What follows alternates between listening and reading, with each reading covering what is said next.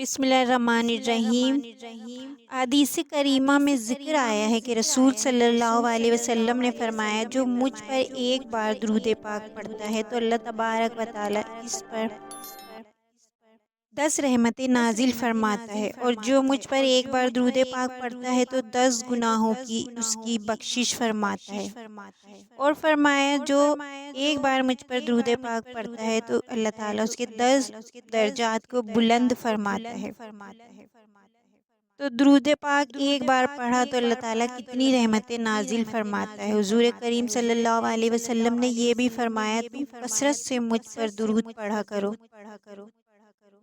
جو دنیا میں کثرت سے مجھ پر درود پڑھے گا وہ قیامت کے روز میرے اتنا ہی زیادہ قریب ہوگا۔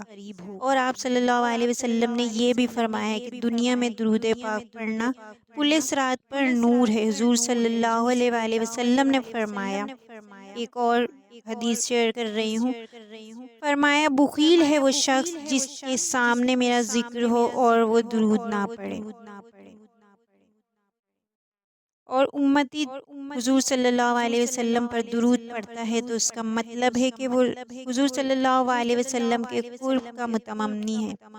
علماء لکھتے ہیں کہ ہر عبادت بندہ کرتا ہے تو اس کا حسن ظن ہے کہ اللہ تبارک و تعالی نے قبول فرمائی ہو، لیکن جب درود پاک پڑھتا ہے تو مولا تو بھیج ان پر درود، ان کی آل پر اور ان کے اصحاب پر۔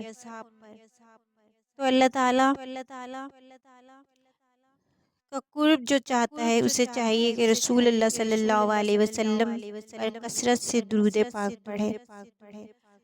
اللہ تعالیٰ ہم سب کو روز درود پاک کثرت سے پڑھنے کی توفیق عطا فرمائے، آمین۔